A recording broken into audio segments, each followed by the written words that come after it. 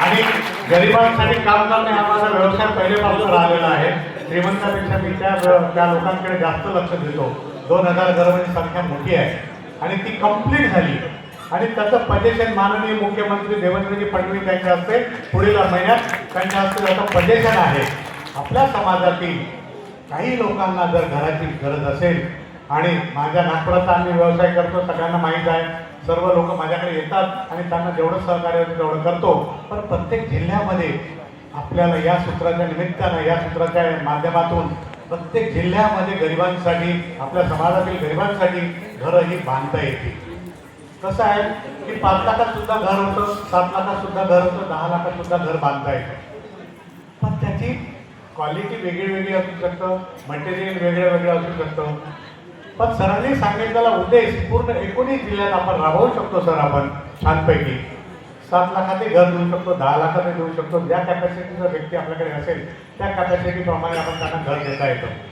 मला एवढंच सांगायचं आहे की ही सूत्र अवलंबून असताना किंवा राबविताना बिडवाई सरांना किंवा गाजवार सरांना आणि आणखी कोणालाही कुठल्याही जिल्हाध्यक्षाला कुठलीही माहिती हवी असेल की गरिबांना घरं कशी देता येईल, कुठल्या प्रकारची देता येतील, त्यांची कॅटेगरी कशी असायला पाहिजे ते मला माहीत आहे.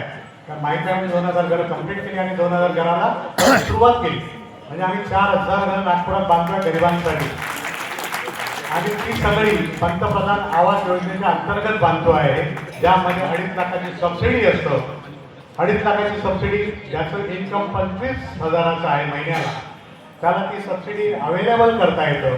त्यानंतर दुसरी सबसिडी महाराष्ट्र शासनाची आहे, जी 2 लाखाची सबसिडी याच्या व्यतिरिक्त मिळतं महाराष्ट्र शासनाची. पण तो कामगार व्यवसाय असायला पाहिजे, त्याला ती 2 लाखाची अतिरिक्त सबसिडी मिळतं. दोन्ही एक केंद्र शासनाचा प्रोजेक्ट आहे PMY मध्ये आणि दुसरा महाराष्ट्र सबसिडी. अशा 2 सबसिडी आपण त्यांच्यापर्यंत देऊ शकतो. ज्याचं घर 9 लाखाचं असेल किंवा 10 लाखाचं असेल, त्यातनं 4.5 लाख रुपये ते कमी करता येईल, जेणेकरून त्याला घर फक्त 5 लाखात मिळेल. आणि 5 लाखात देताना त्यांचं डाऊन पेमेंट जे त्याचं आपण बुकिंग अमाऊंट म्हणू ते फक्त 10 ते 21,000 रुपयापर्यंत जरी त्यांनी दिलं रेडी आहेत. आम्ही 20 बँकेच्या मार्फत लोकांना गरिबांना लोन देतो आणि फक्त 21,000 घर देतो. कारण की त्यांना ते 2.5 लाख रुपये त्यांचं कॉन्ट्रीब्युशन असतं, दॅट इज हिज कॉन्ट्रीब्युशन. म्हणून त्याचं जे डाऊन पेमेंट पकडलं जातं ते 20% माध्यमातून पकडलं जातं. म्हणून बँका सुद्धा तयार असतात की त्याला 2.5 लाख रुपये जर शासन देत आहे तर त्यांनी वैयक्तिक 21,000 रुपये जरी दिले तरी त्याचं घर व्हावं. ही भूमिका पंतप्रधानांची साहेबांची आहे, मोदी साहेबांची आहे. तशी योजना आपल्या महासभेनं आणलेली आहे. मी त्यांचं सुद्धा अभिनंदन करतो. यानंतर या उपक्रमात जर माझा काही सहभाग लागत असेल सरांना आणि मंचावरील सगळ्यांना तर I am with him. Thank you.